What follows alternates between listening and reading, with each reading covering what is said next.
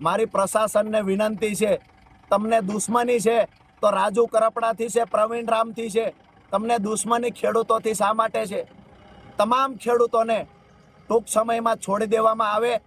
હું અને પ્રવીણભાઈ રામ આવતી 16 તારીખ એટલે કે પરમ દિવસ અમદાવાદ પાર્ટી કાર્યાલય ખાતે બપોરે 11 કલાકે અનશન પર બેસવાના છીએ. પોલીસને લઈ જવા હોય અમને ત્યાંથી લઈ જાય, પણ મારા નિર્દોષ ભાઈઓ ખેડૂતોને છોડી દે. આ નમ્ર વિનંતી કરું છું. તમારે લાઠીઓ મારવી હોય તો અમારે પીઠ પર મારો, જેલમાં પૂરવા હોય તો જેટલા દિવસ રાખવા હોય એટલા અમને રાખો, પણ નિર્દોષ ખેડૂતો પર અત્યાચાર ન ગુજારશો. અમે સામે ચાલીને અમદાવાદ ખાતે આવી રહ્યા છીએ. આવતી 16/10/2025 બપોરે 11 કલાકે ગાંધી ચિંધ્યા માર્ગે ફરી વખત અમે લોકો ધરણા પર બેસીશું.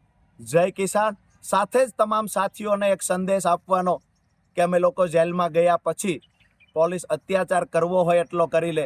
અમારા ખેડૂત પરિવારોને બચાવવા માટે તમામ અત્યાચારોમાંથી પસાર થશું. પણ આવતી 31 તારીખે ગુજરાતના કોઈ પણ જિલ્લામાં કિસાન મહાપંચાયતનું આયોજન થાય, માન્ય અરવિંદ કેજરીવાલજી એમાં આવતા હોય તો તમામ ખેડૂતોનું વિનંતી કરું છું કે હું તો ભલે જેલમાં હશું, પણ તમારે લોકોએ ખેડૂત પંચાયતની અંદર ખેડૂતોની તાકાત શું છે એ બતાવવાની છે.